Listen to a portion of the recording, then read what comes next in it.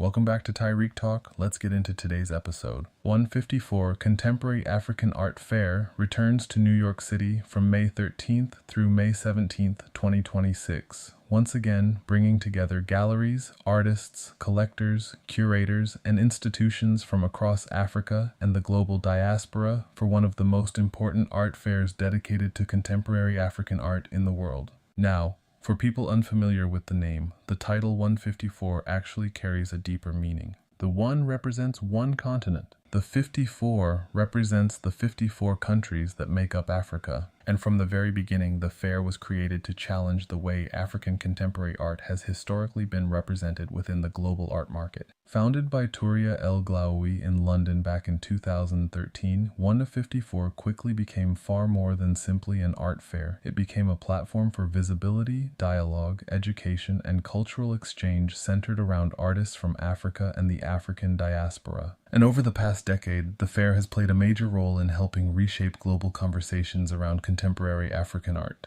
Today, artists from across the continent are increasingly being included in major museum exhibitions, biennials, institutional collections, and international art fairs, and 154 has absolutely been part of that shift. The New York edition has become especially important because of the city's role as one of the central hubs of the international art world. Each year during Frieze Week, 154 brings together an incredible range of voices, perspectives, and practices inside a much more intimate and focused environment compared to some of the larger mega fairs happening simultaneously across the city. For the 2026 edition, the fair features approximately 30 galleries representing artists from more than 17 countries across Africa, Europe, the Middle East, and North America, 154com. That international mix has always been one of the defining characteristics of the fair. You have galleries based directly in cities like Lagos, Accra, Johannesburg, Marrakech, Cairo, Nairobi, and Dakar exhibiting alongside galleries from Paris, London, New York, Dubai, and Brussels. And that global structure reflects the reality of contemporary African art today.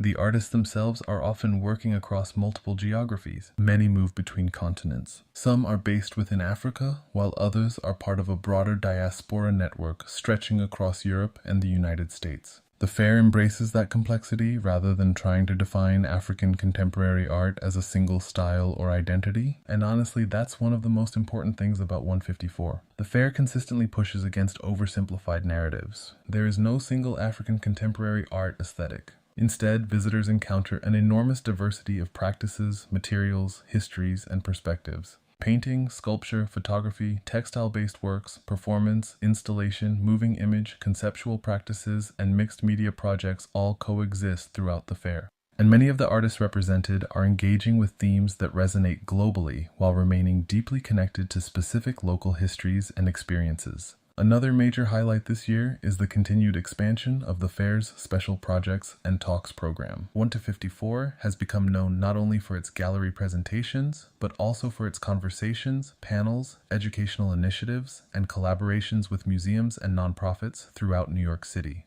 154com. The 2026 edition includes artist talks, curator conversations, collector forums, and discussions surrounding issues like migration, identity, sustainability, archival practices, and the evolving role of African institutions within the global art ecosystem. And honestly, those conversations are incredibly important because contemporary African art is still too often framed through limited or outdated perspectives within mainstream Western art history. 154 creates space for artists and curators to define those narratives themselves. That shift matters. The fair also continues its partnerships with educational institutions and residency organizations throughout New York, helping create opportunities for artists beyond the commercial side of the fair itself. 154com. And that balance between market visibility and long-term cultural infrastructure is part of why 154 has become so respected internationally. This year's edition also includes several highly anticipated solo presentations from emerging galleries and younger artists, gaining increasing international attention. Many collectors specifically attend 154 to discover artists before they become more widely visible in the broader market. And historically, the fair has been incredibly influential in launching artists into museum exhibitions exhibitions, biennials, and institutional collections worldwide. Several artists who previously exhibited at 154 have since gone on to appear in Venice Biennale exhibitions, major museum retrospectives, and prominent international collections. That track record has strengthened the fair's influence significantly over the past decade.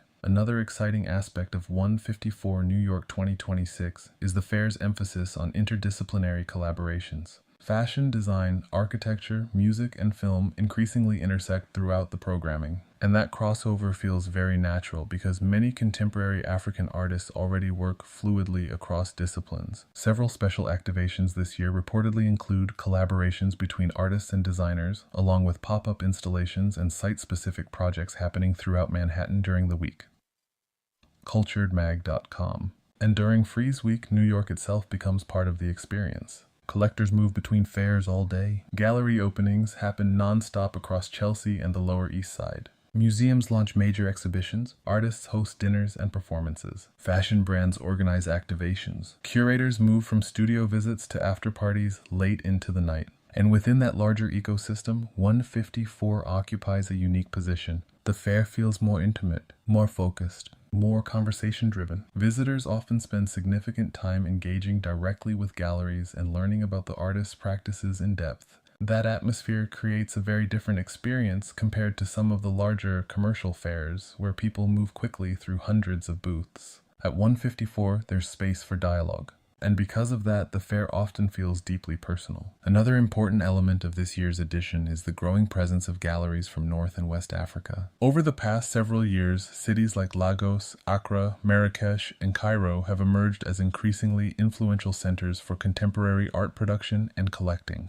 Artnews.com. New institutions, residency programs, independent spaces, and collector networks continue developing throughout the continent, and the global art market is paying closer attention than ever before. At the same time, many artists represented at 154 continue addressing themes connected to colonial history, migration, labor, spirituality, ecology, memory, urban transformation, and identity. But importantly, the work is never reducible to those themes alone. There's also humor, abstraction, material experimentation, futurism, minimalism, performance, joy, fashion, sound, architecture. The fair presents African contemporary art as expansive and multidimensional rather than narrowly political or ethnographic. And that distinction feels incredibly important. One of the most exciting shifts happening right now is the increasing recognition of African contemporary art institutions themselves. For years, much of the global art market treated Europe and the United States as the primary centers validating artistic success. But today, institutions, biennials, museums, and collector communities throughout Africa are becoming increasingly influential in shaping international discourse directly. 154 reflects that evolution. The fair no longer simply introduces African artists to Western audiences. Instead, it operates as part of a much larger global network of institutions and conversations already happening across the continent itself. That's a huge shift. Another major talking point this year is the continued rise of younger collectors engaging with artists represented at the fair. There's growing interest from younger audiences who are actively seeking work connected to global histories, diasporic experiences, and emerging cultural movements beyond traditional Western frameworks.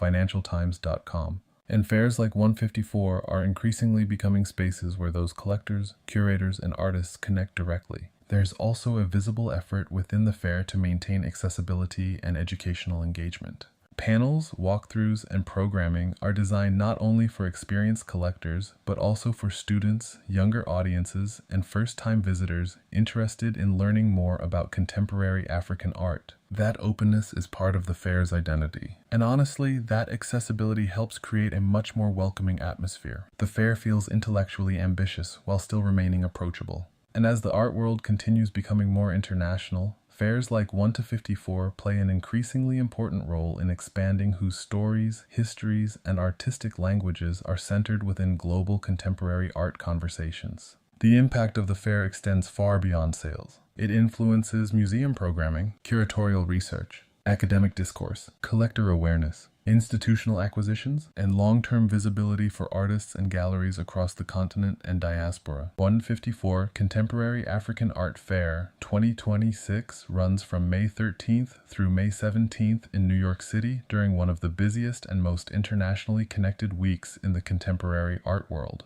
154com. And for anyone interested in discovering artists shaping the future of global contemporary art, 154 continues to be one of the most essential and influential fairs in New York.